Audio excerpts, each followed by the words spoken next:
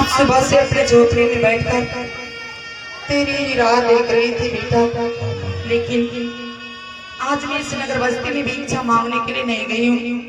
देखो ना, मेरी आंचल सोने की सुनी पड़ी हुई मेला। आज की आंचल खाली है क्या? नगर बस्ती से देख मांगने के लिए माँ बहन के घर में नहीं गई? नहीं गई माँ बेटा।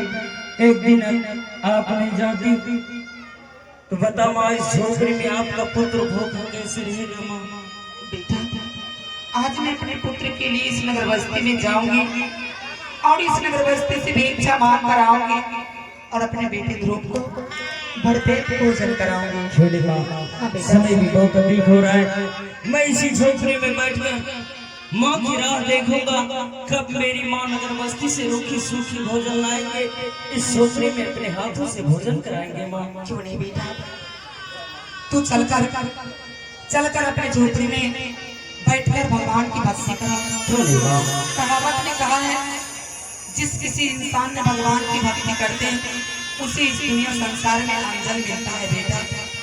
इसलिए तू भगवान की भक्ति करना। मैं यूं ही इस नगर बस्ती में जाऊंगी और यूं ही अपने बेटे के लिए कुछ भोजन लेके आऊंगी। माँ, राह देखूंगा कब मेरी माँ रूखी सूखी भोजन लाएगी।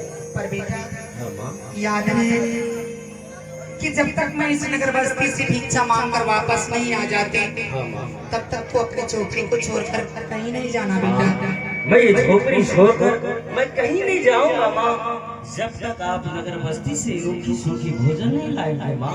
क्यों नहीं बेटा, और चलते हो, मुझे जाने में तो लेट लगेंगे पर अपने बेटे के पास आने में कोई विलंब नहीं। क्यों नहीं माँ, जाओ माँ।